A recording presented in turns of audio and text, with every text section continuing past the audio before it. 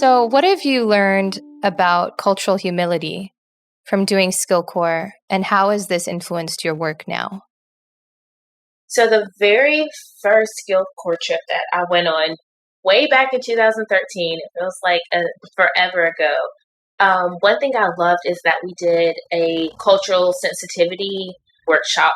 And one thing that I remember it said was that when you walk into someone's home, like we think of culture as just where someone, like the country that they're from.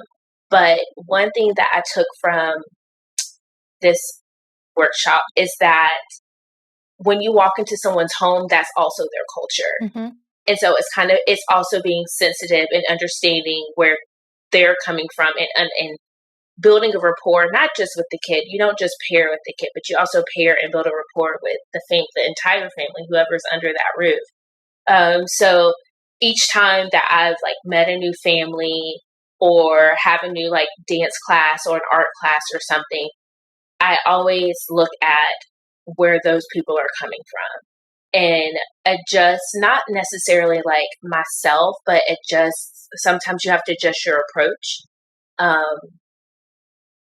And like for an example, there was one family I was working with a while back, and the cutest, sweetest little boy, the family was Dominican, and every single day I walked into their house, she was trying to give me food. She was like, here, I know you work all day and you're driving around, you're not able to stop, so here. And there's a thing where we don't accept Right. gifts or certain things. And so the first few times I accepted because I realized this is part of her saying thank you. Mm-hmm. And welcoming into her home. And then after that, it was just kind of like, oh, it's fine. I'm good. I ate. But I wanted to not cut off her way of reaching out to me from the very beginning and just saying, no, I can't accept that. Because I just felt like I didn't know how they were going to take it, as if I was trying to put a wall up. And obviously you're going to be professional, but on some level you do develop, your goal is to develop a good working relationship with your families that you're with. And part of that is being flexible and being able to understand someone culturally.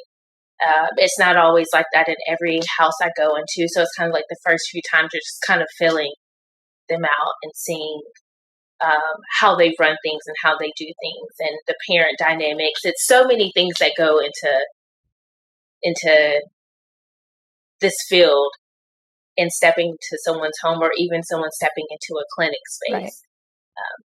Yeah. For me, where I'm located right now is by a military base. It's one of the largest Army bases. It's in Fort Hood, Texas. And so we have a very, very diverse population here. And so we are constantly in a position where we're working with families where English is not their first and or second language. We've gotten a wide, variety of kids who have spent many of their years in a different country and now come here, as well as just got an autism diagnosis. So a double thing. They are learning as much about the United States as we are trying to learn from their culture, and then they're trying to learn about the autism culture, because I've within the last year or so I realized, hey, there's a culture within the autism community of like what's acceptable and what's unacceptable, these social norms that are, is the puzzle piece a good thing to use today? Or this is, there's constant ways, so many ways to step on toes, even within our own community.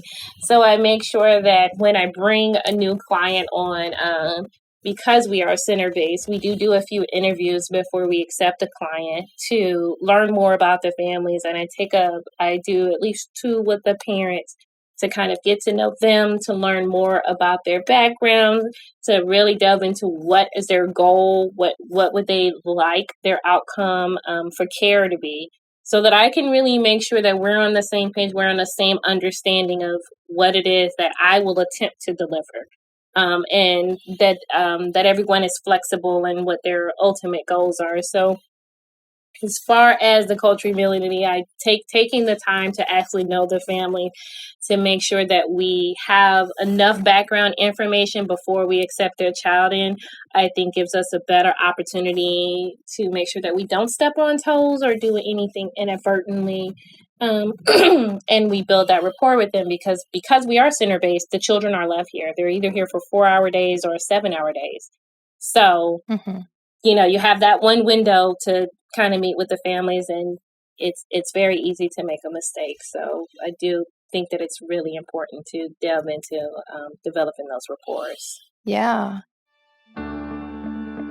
You've been watching Autism Knows No Borders. If you like this video, please give it a thumbs up and subscribe to our channel.